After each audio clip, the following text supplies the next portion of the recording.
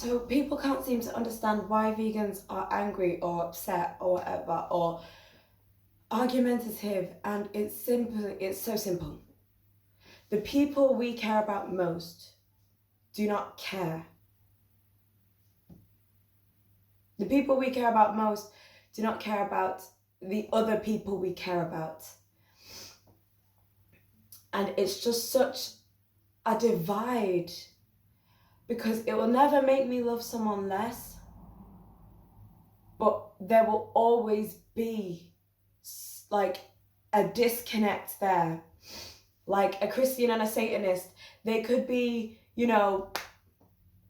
best friends, but there'll always be a disconnect where it's like, I love you so much and the love will always keep us together, but I cannot stand for what you stand for. I do not agree with your lifestyle at all. At all!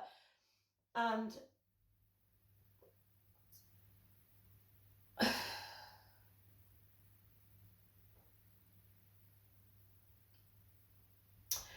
people make all sorts of excuses, and there's always an argument.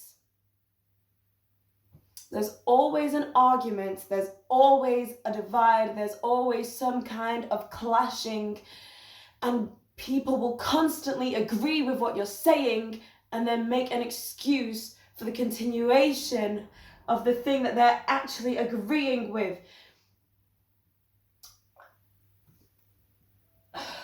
And I feel like I'm saying the same stuff all the time, because it's always stuff that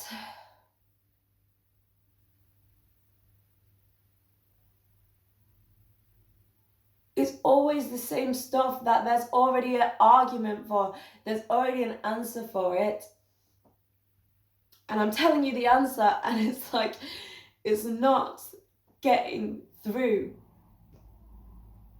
And I always think I need to get my point across in like the least judgmental way I can. I don't want them to think that because of this, I'm judging them as a person. No, I'm judging your decisions. Just like if you beat your wife on the weekend, I would be judging you, and I would want you to sit back and genuinely think and question about that. And as I was saying before, like, it's never personal between us, but it's personal for that animal. And I don't like using the word animal because it feels disconnecting. It feels like it's something apart from us, because humans forget that they're animals all the time. All of the time.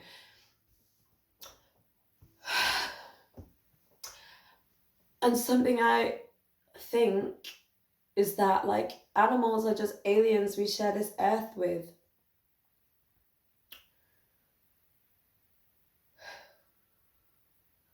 But like, if aliens came down, we would want them to treat us as an equal.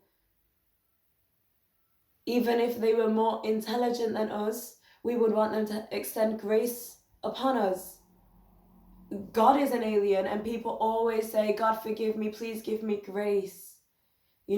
Please give me blessings. But God is supposed to be this like really infinitely intelligent thing, and we're a measly human or whatever.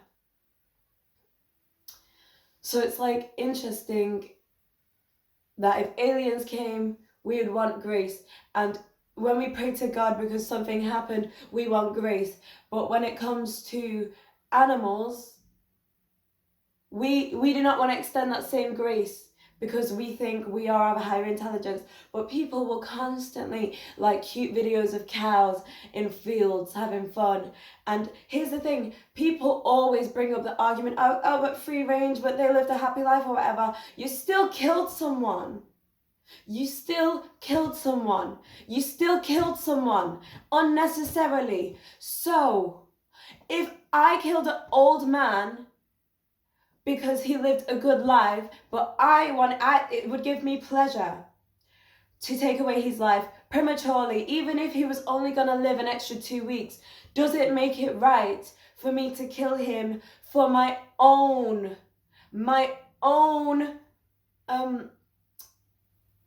what's the word?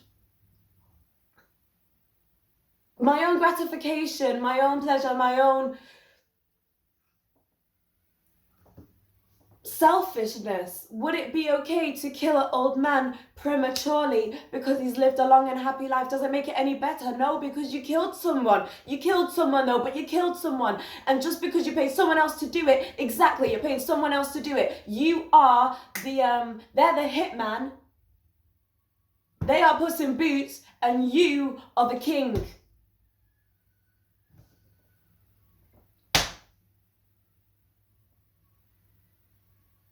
Can't believe I brought Shrek into this. But the king paid for Puss in Boots to murder Shrek for his own reasons, his own satisfaction, his own selfishness. And does that make what he done okay? Because he had a good reason. And the king had good reason to get someone to kill Shrek, okay? He had people threatening him. It was like the only thing he could think to do. Does that make it okay? And are you happy that Shrek lived? Yes. You're happy he survived. Okay. So the thing is, there is no second chance for the animals. There's no surviving. The only way they can make it through is if a vegan activist breaks in and rescues them from that situation, and that can't always happen. And there's so many vegans who, don't do that. And it's amazing that there's people out there risking their life and doing what they can just to save one animal. It's beautiful and amazing. So you can go all the way out there to save one life, or you could just keep on ignoring the fact that you know that what's on your plate was alive. And yes, vegan produce has killed insects and whatnot. And veganism is not about complete abolishment of any suffering in the world. It's about reducing it to the utmost that we can. It's about trying to be a little bit fucking better. And I always feel like when I'm having conversations with people, I'm like the extreme one. And I'm like, you don't understand. You do not understand that you're saying, yeah, it's so sad what the animals go through. I've seen the footage. But, no, you haven't seen the footage then. Because you don't care. And stop acting like you care. But then I just think, how could you not care?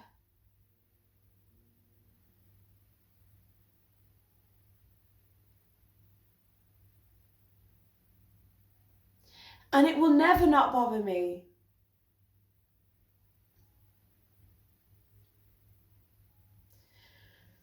Because I don't feel like anyone deserves to be in pain for somebody else.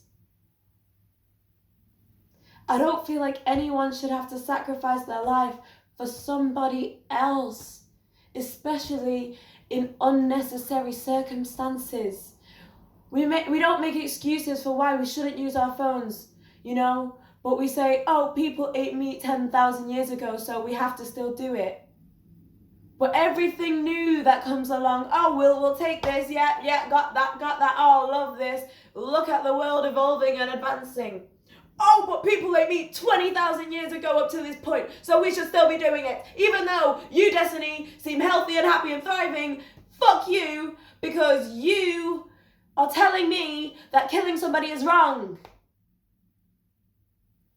I thought we all knew that killing someone's wrong. I was just trying to remind you of something that you already know.